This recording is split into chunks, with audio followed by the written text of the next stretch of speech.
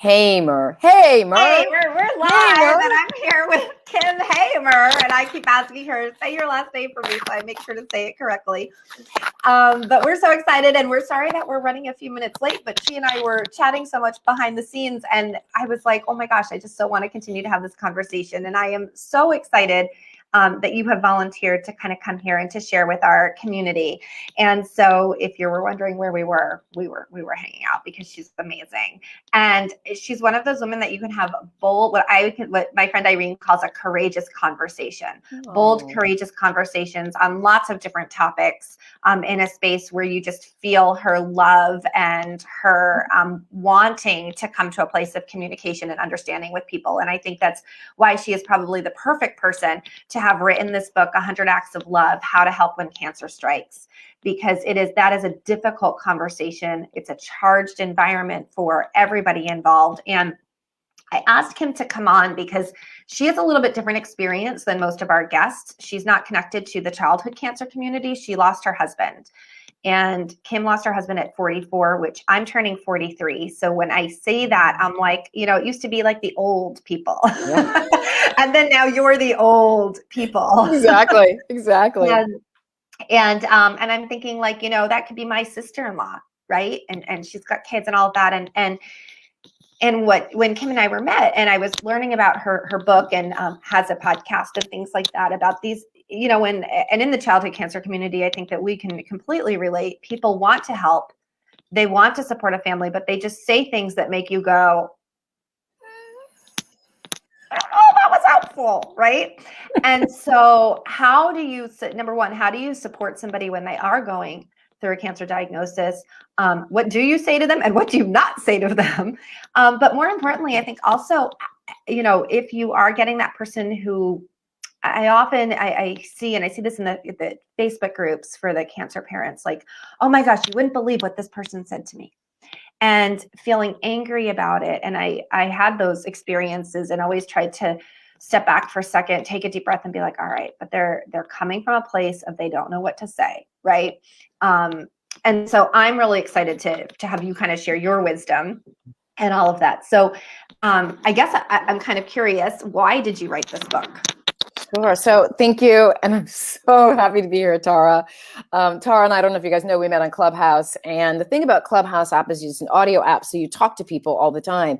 So this is actually the first time I've actually seen her, which is really funny. Although I've seen her picture, and her picture's beautiful. So I'm exactly. Well, we see the pictures. Right. So we see the pictures, but we don't see each other in person. So my story is, I was married for 14 years. I would love to say married my best friend, but it was none of that. It was just a really fun marriage. We were completely opposites in many different ways. My husband was 6'6" white man, and I'm a 5'6" black woman. We were told by our FBI agent friend that we should never rob a bank together because they'd be so easy to find us. But what I loved about my husband is that he was a super partner and the opposite of me. And we just really meshed together. And then he got cancer, and he quote unquote beat it. Although I'm going to use a different term from here on in, because I hate that term. And then we had a hiccup in our marriage because it was a struggle to caregive for him. He got cancer again, and then he died. And something that I noticed during this whole process over about 3 years was that some people knew exactly what to say and what to do, and some people didn't have a clue. And as I'm sure many of you have experienced, some people were just downright mean, like things that they said were just cruel. And at first I was really mad. Like, I was very offended. We had friends who stepped in, and then we had other friends who we thought would step in, just completely backed away. I hear that a lot, actually, from families, which is so interesting. I have not heard that experience from anyone who's dealt with a life-threatening illness. It's just people who you think are going to step in and be there to support you back away. And then these other people who are on the periphery of your life come in and become major supporters. Wow. So what I noticed again was that people didn't know what to say and didn't know what to do. And I realized that when I really got down to it, and I really had a conversation with myself, I realized I would have been one of those people. I would not have known how to help myself. So I sat down and wrote a book called 100 Acts of Love, A Girlfriend's Guide to Loving Your Friend Through Cancer or Loss. And I did it for anyone who's dealing with a friend with cancer.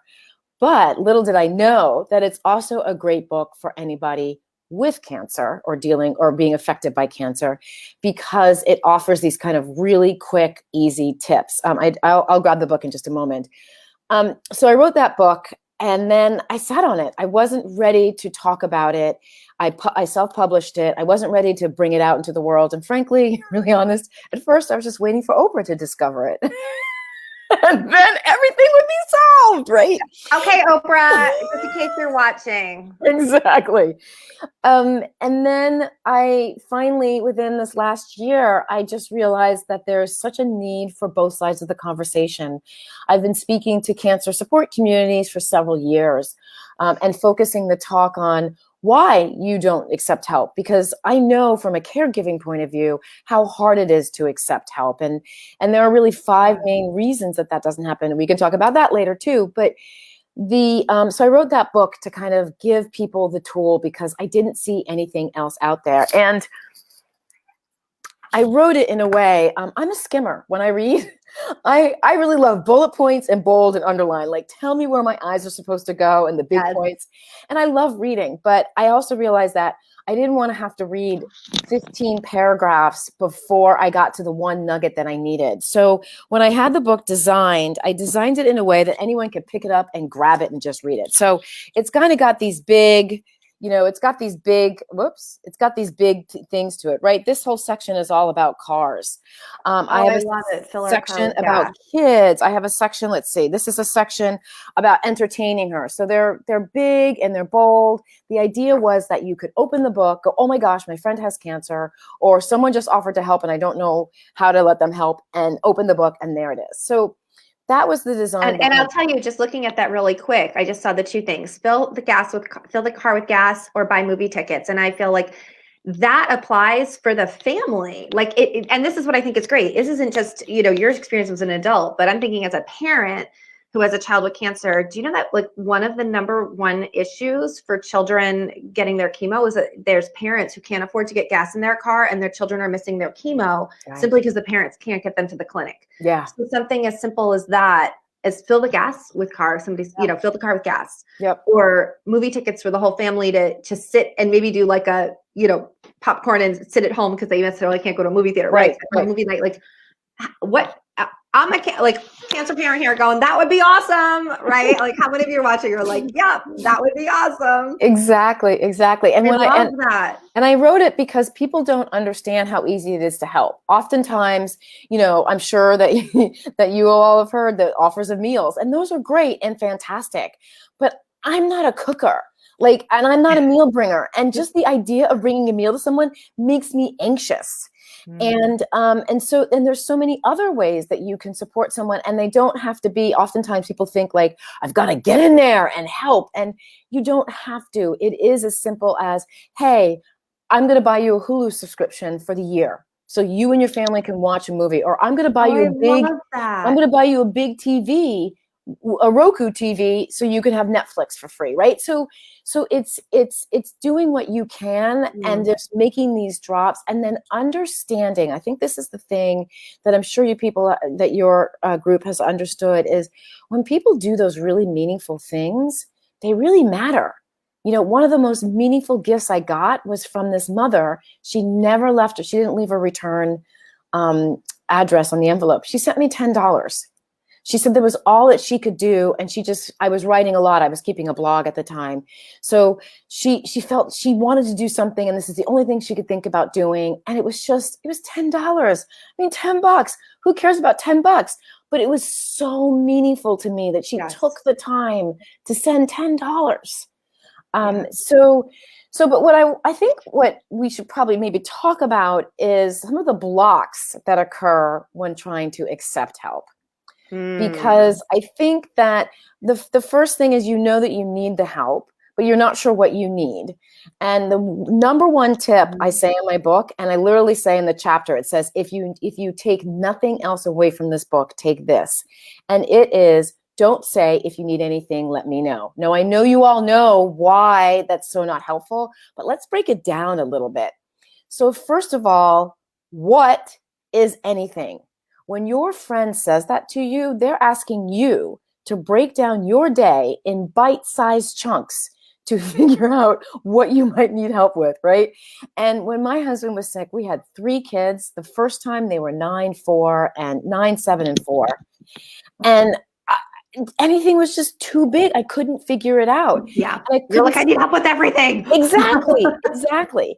So that's the first reason it's not helpful. Then, and also included, your friend says anything, but you know they don't mean anything. Like, are you willing to go to preschool to pick up my coughing, sneezing, snot nose, throwing up preschooler? Or did you mean that you were just willing to go out and run and get a gallon of milk, right? So anything is just too big. Great. The second thing is, let's say that you do figure out that one thing. Like you kind of figure out your day and you got that one thing. Now you have to have the courage to call this person who said anything, which you don't really know because everyone says it, and ask in your amazingly vulnerable state to do something, for them to do something that they may not be willing to do and may not want to do, and risk rejection or risk seeing on their face, they're like, that's not what I was thinking about. There's no way in heck that you're going to do that. So that's why that comment is not helpful. What is helpful and what people have found most helpful, and you might have a friend who constantly says, I will do something for you specific. So the book what do you call it when you write it in the beginning of a book? I forgot what you... The forward, the intro. And yes, I inscripted the book too, and the forward, I don't know. But I gave it to this guy named Kinney, who is at Venice Farmers Market. I live in Los Angeles. And because when I told Kinney that my husband was sick, had a cancer, he said, if you need anything heavy moved, let me know. And I thought that was a bizarre offer. It was one of the first offers I got. And it was bizarre because like anything heavy, but it stuck in my head. Yeah. I remembered it. He said it every single time I went to Venice Market. And we had a grand piano. And I decided one day after my husband died that I needed to rearrange the living room. And who do you think I called 3.5 years later after he made that offer? Wow. Kinney, Kinny, Kinney. So the more specific people are when they offer, the more helpful it is to you. I'm curious, what did he say when you reached out to him and you were like, by the way, remember 3 years ago, I will take you up on that? He said, absolutely. I'm so glad you remembered. So he had remembered that he had told me, and he got a bunch of his farm hand guys, and they came over. 4 of them came over, and they moved this grand piano. Oh my gosh, that's so beautiful. So, it's things like that are really helpful. So with that, so what I'm kind of hearing from that is like, it would be better to say to somebody, hey, if you ever need me to pick your kids up from school, let me know. Or yes. Hey, like particularly if they're siblings, like, hey, if you ever need me to stay with Susie, so when Johnny gets his chemo, let me know. Yes. Okay. So just be very specific about what you're willing to do. If you need a meal, let me know. If you need me to pick up your pharmacy, and maybe you don't want to, maybe I'm thinking not everybody's going to do that. Maybe if it's just, hey, if you just want to talk, feel free to call me. It could be something like that.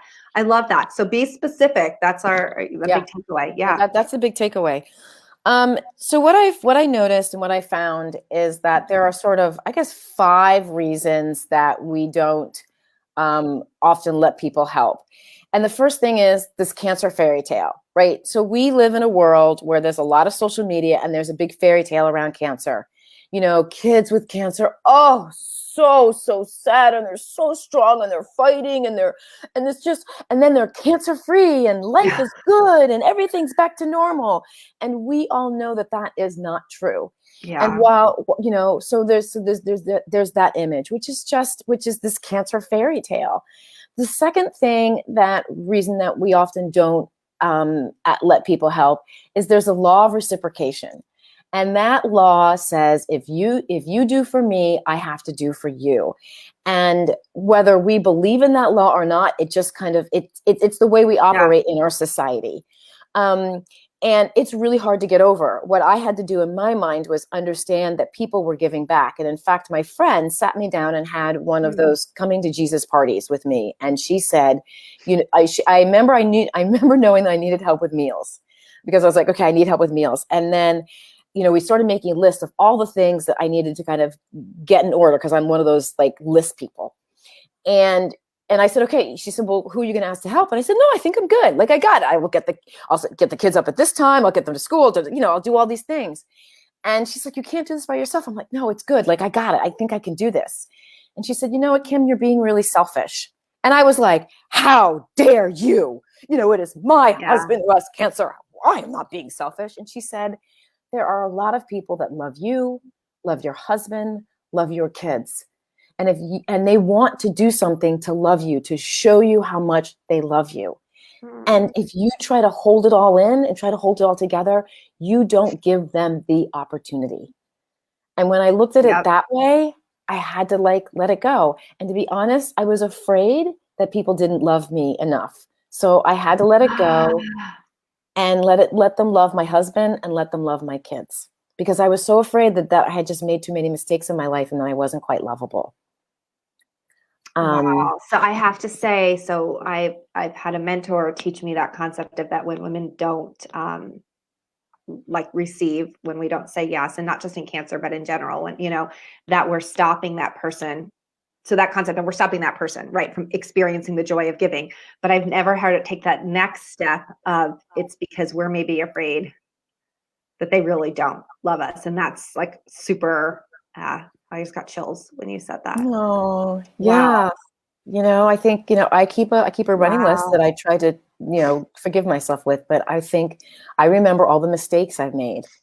And, we don't hear about how wonderful and how much we've touched people's lives until we're dead. And it's kind of a little too late at that point. And so it's really trusting that who you are as a human being and how you have showed up in the lives of your friends and your acquaintances is good enough and is enough. And those people want to pay it forward. And also, sometimes you're just the recipient of something that was done for them in the past.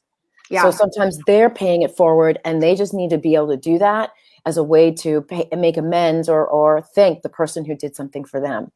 So the law of reciprocation is really hard. And what I've often talk about with people is that just instead of thinking about you receiving them, think about people paying you back. Like you're on the other side of that law. Another thing that often stops people is the likability factor, which we just kind of talked about. So, I always say like I want to be, I want to be the person my dog thinks I am. I don't have any dogs anymore, but dogs, and I have seen some cats, they greet you at the door like, oh my gosh, my favorite person in the whole wide world is home, right? And I want to be that. I want to be that person to people. And I think it's just understanding that, look, we're not good at telling each other how much we mean to each other and what, and thanking them and appreciating them. And there's nothing wrong with that, because it's just not something that's part of our society here.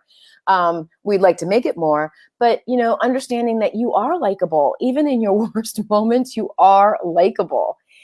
And then there's these, oftentimes what I found is there were on-off needs. Like I didn't need all the help all the time.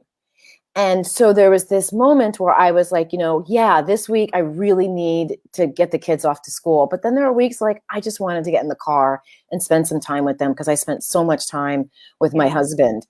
And so I wanted to be able to drive them. And then I felt bad because everyone had already signed up to drive the kids. And so could I just cancel it? And then they think that I didn't need the help. So I had this kind of game going in my head. But it's hard to ask for help when it's not consistent. And then the last thing is, being overwhelmed. It's just, we're dealing with cancer and the doctors and the side effects and the fear and the anxiety. And then, what normally getting gas in your car is no big deal. And all of a sudden it's like all you can do to get in the car to get gas, so normal things in our lives take Herculean effort because of all the other things. And so, feeling overwhelmed because all these people are coming at you wanting to offer help. And you just sometimes want to take a step back. And then lastly, I always like to call it honorable mention. And that is, we are an independent country. right? We believe in pulling ourselves up by the bootstraps. We believe, if you have bootstraps, we believe that we're tough and we're strong and we can do anything. And we think Oprah did it by herself and Bill Gates did it by himself. And, we love to make heroes out of individuals because they were tough and strong. And so we identify with that a lot. And when your child has cancer, it's hard to be tough and strong. And it's impossible in a lot of cases. But there's this notion that that's the way you're supposed to be. So those are kind of all the thoughts that keep us from accepting help. Well, that's interesting that you say that, because we do. And now that I'm thinking about this, I don't know that accepting help makes you weak. Right. And why do we in our mind have that if I need help, I'm weak. Right. And it doesn't even sound like, and maybe it's that word help, right? Yes. It's not help. It's just support. Yes. Right. Or it's, and why does that make us weak versus maybe that just makes us super wise to use our resources, right? Like, why are we taking that in our brain going, I'm just very resourceful. It doesn't make me weak. But you're right. We equate that. Yes, absolutely. And I love that, what I also learned was, so we were in a school, our kids were in private school in this elementary school that our two youngest were in. And we just had a rash of bad luck. Like, the year before, a dad died from an avalanche. I think like about a year and a half before, a dad died in an avalanche. 3 months before, I think, it was 3 to 6 months before my husband died, a mother died from cancer. My husband dies from cancer. Dude, I feel like we need to share the school and we need to make sure nobody goes there. I know. And I won't do that for the sake of the school, but maybe reach out privately. Right. No, I think that they had their run. I'm hoping they had their run and that was it. We just happened to be there. What kind of karma was going on there? Oh my goodness. Exactly. But one of the parents said to me after my husband died was, thank you for being so vulnerable and asking for help, because it gave me the space to ask for help. So, I think that we forget that people are watching all the time. And whether they need help with, whether their child has cancer or not, they're watching you ask for and receive help. And that has massive ripple effects, just like a pond. Like, you have no idea. And so, you're giving someone the freedom. You're gifting them the freedom to say, I'm not okay, and I need help too. Yeah. And then hopefully, obviously in the cancer community, you would hope that the person that is watching you will never experiencing that. And so I'm just thinking of that. It's not necessarily even cancer related. Let's say a year or 2 years later, they're going through something different. Maybe it's a job loss or a divorce or nothing that has to do with cancer, but that they've seen you model how to, it literally makes me very emotional. Because I really, you hear me talk about, I feel like there's such a ripple effect. Like, what we do affects other people in ways that we don't realize. Yeah. And that when we create that model for people, and that imagine how different our world would be, right? If people were able to accept support from other people. I think one of the reasons we struggle so much as a society is we no longer have this raising families in a village. Right. Yes. Very isolated, all very independent, which is how we're not supposed to be that way. And I feel this probably even a little bit more as a single mom, that you really feel like you're this kind of just on my own, standing here raising this child alone. And this year for COVID, I think it's been even worse, because normally I would see my mom and my sister and not. So think about how much more beautiful our world would be if we really came together. And also just even simple things like, it's that acceptance, right? Of being able to say, yes, I need help. And it's interesting that we can't, think about it. We can't even accept a compliment. If somebody says oh my gosh, I love your hair today. And you're like, really? I didn't even wash it. Or oh, I love that shirt. This old thing. Right? We cannot even accept a compliment, but we're going to be yes, I will accept the fact that you're going to pick up my kids every day from school. Exactly. So I feel like if we can just start saying I'm going to accept compliments, it will set us up. Exactly. I try to teach my daughter that when somebody compliments you, the only response you need to say is thank you. Thank you. Exactly. Yeah. That is such a good point. I love that. That's so true. We're not trained. We're trained, that accepting a compliment is somehow, what's it called? It's boastful. right? It's, if humility means that you ignore it and you move on, you excuse it. Exactly. Yeah. That's such a good point. Yeah. So I have all these questions that I have for you, but I feel like our conversation is going in so like crazy different direction. So for somebody who, for somebody who has people around them, and I know this wasn't our round of questions, but I feel like you'd be the right person to ask this. For somebody who has these people in their life who are showing up, who are saying, let me know if you need anything. Okay. And again, they haven't read your book. They don't know what to say. They're doing it because they do want to help. How can the family or the parent who's struggling with this, what can they say to that, rather than just like, oh, okay, I'll let you know? That is a great question. I love that. And I think it varies. I think it varies on who's saying it and your comfort level with them.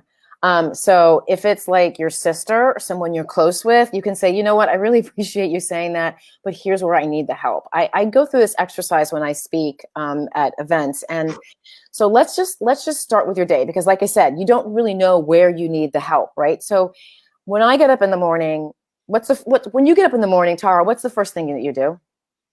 Well, I don't want to tell you because I'm trying to break this habit. I check my phone and I'm trying not to do that. Okay. So but that's perfect. So you check your phone. Has your phone bill been paid? Does your phone need updates? So let's think about that. I don't know about you. I try not to check my phone. I use the bathroom. Is there toilet paper in the bathroom? And I have to wash my hands. Is there soap? I need clean towel. Are the towels clean? So right there, we just listed off phone bill, cleaning the house, grocery shopping, or making sure that the bathroom is stocked with toilet paper, toothpaste, shampoo, all those things, right? Let's go into the kitchen. Do you have breakfast food? If we all notice, everyone's really good at bringing dinner. Did you feed anybody? I ran out of cereal so many times because I would just forget to put it on the list. People were going shopping, but I would just forget.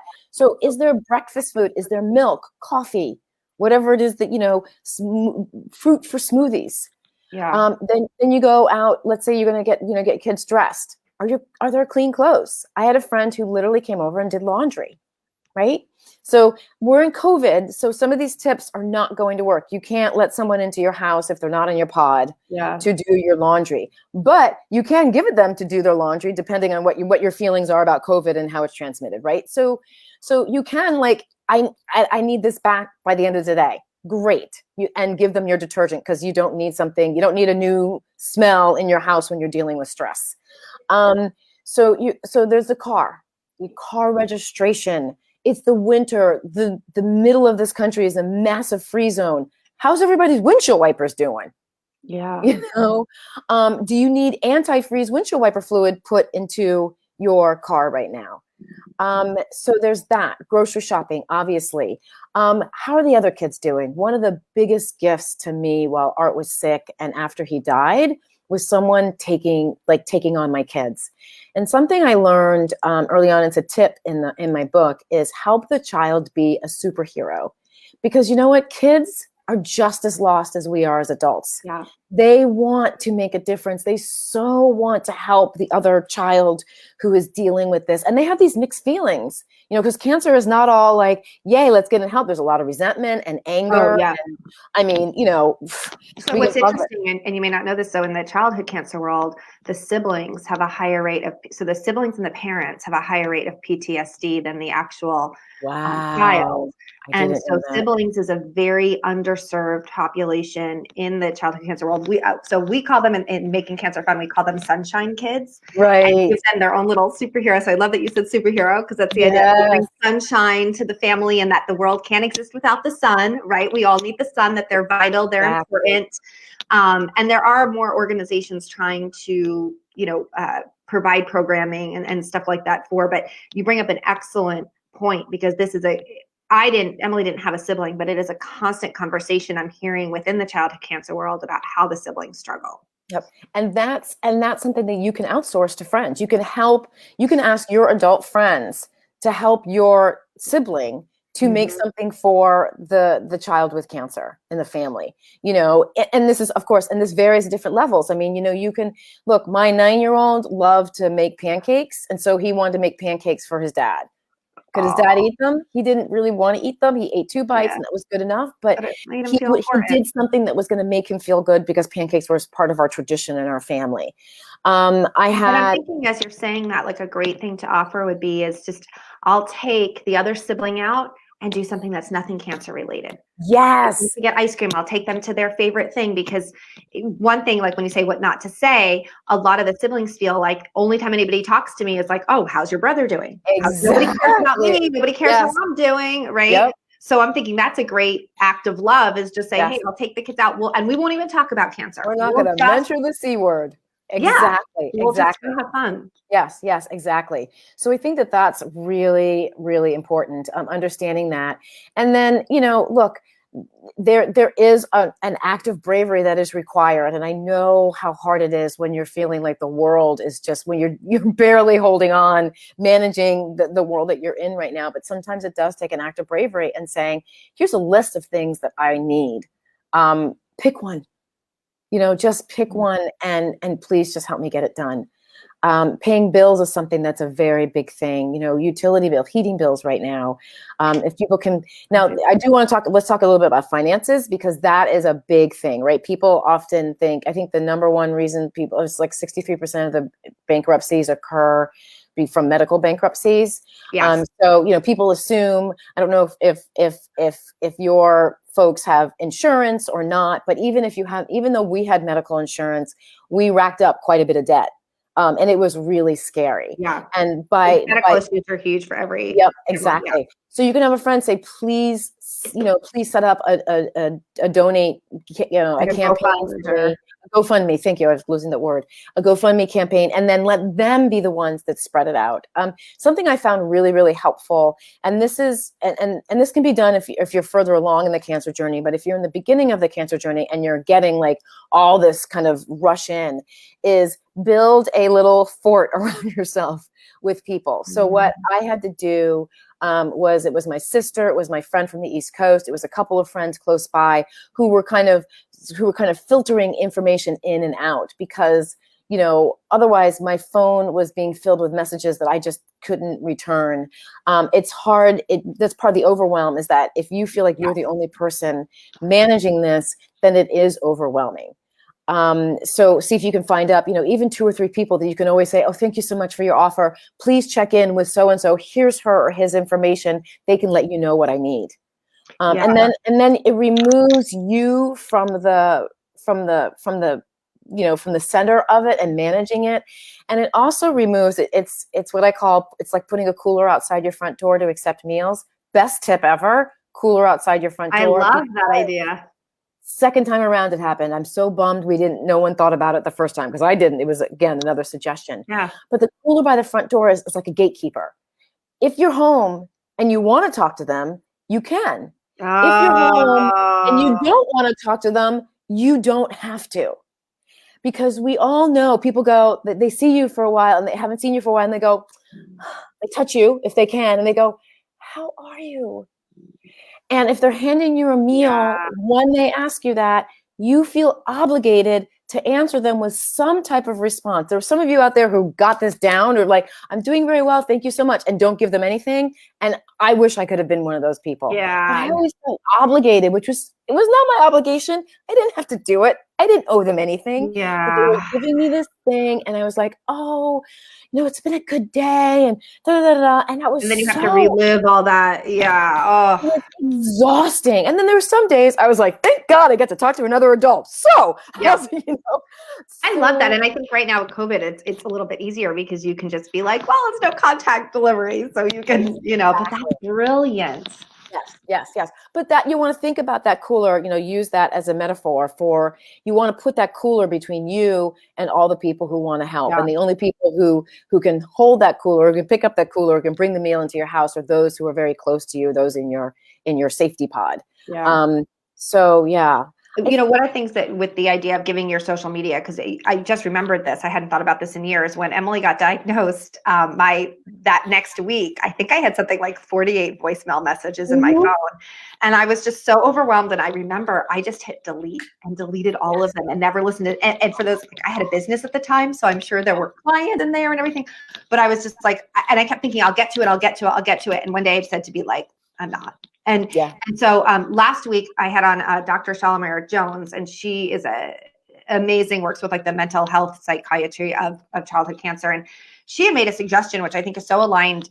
So we're kind of hearing this again from two people, that you have people who want to help you. And so it might be like saying to the grandparent or the aunt, like, well, why don't you take over the Facebook group? And that way they can update people and they can do that. And it gives them a chance to give and be involved. And it takes something off your plate at the same time.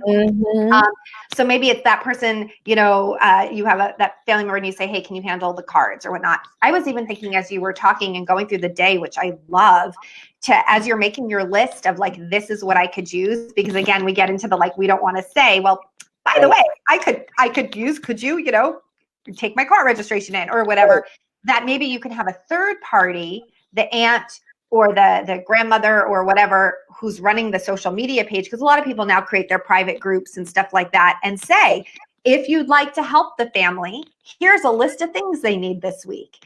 And so that way it's not coming from us saying, hey guys, here's what I need. It's coming from maybe my sister who's saying, if you want to support, you know, Tara and Emily, here's a list of what they could use. And then people can see it and they can choose if they wanted one of those things. So and that's all of those things at once. Yes, and that's the role of the gatekeeper, you know. And there's lots of Sign Up Genius doesn't work for me, but Meal Train is a great one. We did a Meal Train. I had somebody else create it though, and it was such a gift. Exactly. Yeah, someone else created. Yeah, I didn't even know about it. Yeah, exactly. That's brilliant. That's I know. And somebody else was like, "Hey, we created a meal train for you, and people can sign up," because we basically lived like in the hospital for almost a year. Yeah, I mean, so. Here's a great tip. Can you please, like, can you just stay here with my child, or can you please go home? On my top drawer, I need 3 pairs of underwear. I need a bra. There's these jeans, my favorite pair of jeans. Or let's be honest, we're not wearing jeans in the hospital. Sweatpants. There's my favorite sweatpants, right? So there's so many different ways that people can help. And I remember I talked earlier about how I don't like using the fight. I see cancer as an entanglement. Right? It's an entanglement. And you think about those Christmas tree lights, and right? the ones, whether you belong to a different religion or not, you know the image of the Christmas tree lights of just being all tangled up, right? So that's what cancer is. And there are moments where you're free of you're a little bit free of the entanglement. It doesn't feel like it's strangling you. And there are moments it strangles you. But there are other people who are entangled. If you are working, your coworkers are entangled with you in this cancer, and your family members. And if you have a bad day and you snap at the cashier at Target, you have just entangled them with the cancer. So it's this massive entanglement. And when you look at it that way, you know, and I'm going to be really honest, y'all, the cancer is not just about you and your child. You know, it is about so much bigger. And it's so interesting to hear that from you, because I always say in the childhood cancer world, it's a family diagnosis. And in your case, it was the same thing, even though it was an adult. It's a family diagnosis because your children are affected, right? Yeah, but it was a family diagnosis. It affected people at work. I mean, people had to take over my husband's job. You know, and they didn't hire anybody because their thought was he's coming back. And the second time they did the same thing. They held the job open. So that meant that the middle school director was taking on extra work, that the head school was taking on extra work, that the dean of students was they split his job up so that they could keep it open. So they're entangled with his cancer. And then they worried about him. They thought about him. They contacted him. They talked about him. They worried about him. His students were entangled with the cancer because he held these, you know, he had these rooms that he held, I think, twice a week.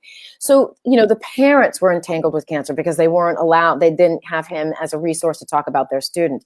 So your cancer, you know, everyone is entangled in this on various levels. And that Target cashier person, that's a little bit of a reach. So yeah, but they still, yeah. And that's a good reminder. If somebody snaps at you, like, right, we always have to go, you never know what they're going through. You never know what's happening that has to do with you. So I know we just have a couple minutes left. And I have to say, this was totally not planned. But the coffee mug that I chose, that I just literally grabbed out of my cabinet, it just says, "Can I show you the right way to do that?" And I feel like this was the perfect mug to have for you today. That's perfect. That's what Kim is perfect. He is. Can I show you the right way to do that? I use it on my training on Monday nights, and we kind of joke when I train my team. But I thought, wow, this is perfect for this conversation. That is brilliant. I love it. I love it. Yeah. This mug. Yep. Because it's like, you know. Yeah, I think it's perfect. It's a perfect mug. I did want to talk briefly about the emotions, because I think that's something that we don't talk about in the Cancer fairy tale. And that is, the massive amounts of anger and resentment you have. I hated when people said, looking at your life, I see how good I have it now. Like, I do not want to be your measuring stick, your yardstick for how good your life is. So there are so many things. Yeah. It doesn't make you feel very good at all. It's like, great. I'm happy. I'm so happy my life is so crappy that now you get to see how good your life is. And I almost feel like that. So I don't know if you'd be up for coming back, but I feel like you've offered so much great stuff. And I was a little like, okay, I know she's not in the pediatric world, but I feel like you could be such a support. I almost feel like we should do a whole thing just on that piece, the emotional piece. Yes, that's a really good conversation. And I don't want to glaze over that, because I feel like so, okay, guys, we're gonna put Kim on the spot to be like, can you come back? But I feel like that's a really valid, particularly as parents, because there's so many emotions involved. I think that would be a great conversation of how do you navigate through that and not be angry at people? Because I also see this, I've seen it, and this breaks my heart. I've seen families have falling outs in the childhood cancer world. Because of anger surrounding how the grandparents are reacting or not reacting, or what the support they're getting or that they're not getting. And you're already going through something that's so tragic, and now you're having this family falling out on part. It's heartbreaking. Yeah. So Yep, absolutely. I would be happy to come back. And I do want to give people a chance to be able to find you. So that's why I want to spend our last few minutes finding out how people can connect with you and find your book. And I know you have podcasts and all of this great stuff. So I will put all of these links for Kim in the notes. And if you're watching this on YouTube, it'll be in the description. If you're watching it here on Facebook, it'll be in the comments when we're done. But can you share how people can find you?